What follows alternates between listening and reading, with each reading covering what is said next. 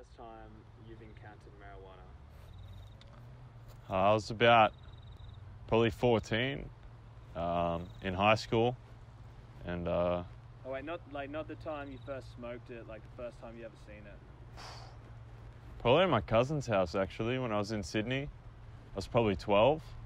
They took me out to their friend's place, and they were all smoking weed. And they asked me if I wanted one, and at the time I didn't know what it was, so I was like, no.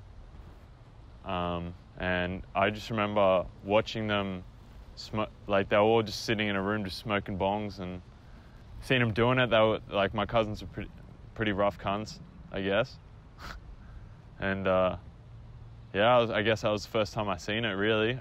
I remember one of the things they said to me was, oh, like if you smoke, like it doesn't matter, the smell will be gone off you in like half an hour. And I was just like, nah. That was the first time I'd seen it, and I rejected it. So yeah.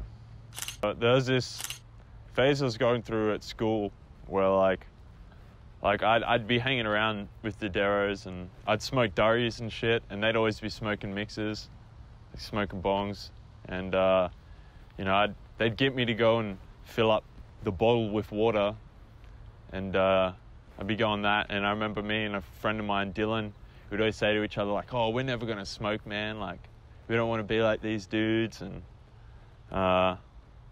then one time he took me down the back, and we're sitting down the back of Oak Flats High in the bush, and we had a can, poked some holes in it, put some green in it. And I remember the first time I smoked was out of a can at school, and we ended up like wagging school for the day. And I remember like walking, and I thought like I was in a dream, because I was like, it doesn't feel like I'm walking, you know. And I was walking for so long, and then I used to get caramel slices at school, and I had my first caramel slice when I was high, and it was like the best fucking caramel slice I've ever eaten in my life. And you know, I began living my life just chasing this high. And